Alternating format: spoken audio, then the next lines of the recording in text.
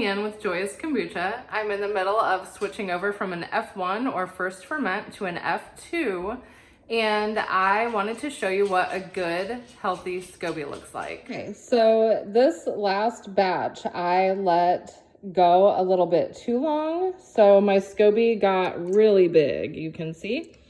But this, and you should always, by the way, clean your hands very well with vinegar and soap, hot water before touching this, and try not to handle the SCOBY too much. It really doesn't like to be disturbed. But this is a good, healthy SCOBY. This is the newest layer that formed.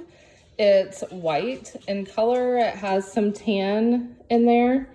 And on the bottom, you can see some of the culture strands, and it's about, I'd say, an inch or maybe a little bit less in thickness. So there you go. A lot of people will question whether they have mold on their SCOBY, and what I can tell you is that sometimes the SCOBY will take on a darker color, and that's okay. This SCOBY on the bottom here can still be used. There's nothing wrong with it.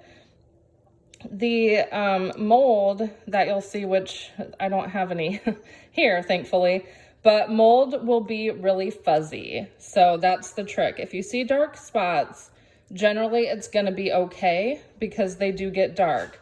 But a moldy SCOBY will have fuzz. So there is what a healthy SCOBY looks like.